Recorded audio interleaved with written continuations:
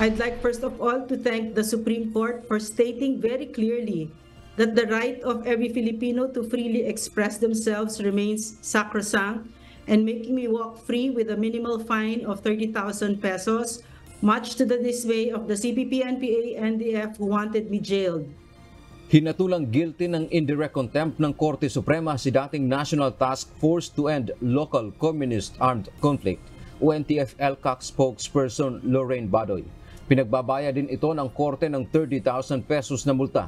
Ito ay dahil sa mga pahayag ng dating opisyal laban kay Judge Marlo Magdusa Malagar ng Manila City Regional Trial Court Branch 19. Si Judge Malagar ang nag-dismiss sa petisyon ng Department of Justice o DOJ na layong ideklarang terorista ang Communist Party of the Philippines, New People's Army o CPP-NPA. Inakusahan ni Badoy si Judge Malagar na kaibigan umano ng mga terorista. Sa kanyang social media post, sinabi ni Badoy na kung papatayin niya ang huwes batay sa kanyang paniniwalang politikal, ang lahat ng kaalyado ng CPP, NPA, NDF ay dapat mapatay dahil walang pagkakaiba ang isang miyembro ng CPP, NPA, NDF at ang kanilang mga kaibigan.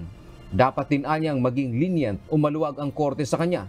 Base sa desisyon na sinulat ni Senior Associate Justice Marvic Leonen, sinabi nito na ang pag-udyok na gumawa ng karahasan na maaring magdulot ng kamatayan o pinsala ay hindi sakop ng protected speech sa ilalim ng saligang batas. Dagdag pa nito, ang pahayag ni Badoy ay lagpas na sa objective criticism kung saan idinideklara nitong tahasang pinabura ng korte ang winning party o ang CPP, NPA, NDF.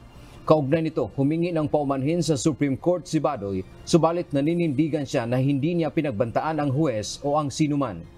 Binigyang diin din ito na siya ay isang doktor at trabaho niyang magsagip ng buhay. I would like to apologize to the highest court in the land for the language, for the intemperate language and the tenor I took. I hear them, but I maintain that I never threatened anyone with harm. I am not a terrorist. The CPP, NPA, NDF is. Sa kabila ng desisyon ng korte, nanindigan ang dating opisyal na walang makapagpapatahimik sa kanya lalo na sa laban kontra CPP, NPA, NDF. Ito ay para na rin sa mga magulang at kabataan na hindi mabibiktima ng recruitment ng komunistang grupo. Sa mga eskwela mismo, no, diyan ang mga recruiters, nasa loob mismo. Gusto pa ba natin yon? Hindi na pwede yon. Dantiamento, UNTV, News and Rescue.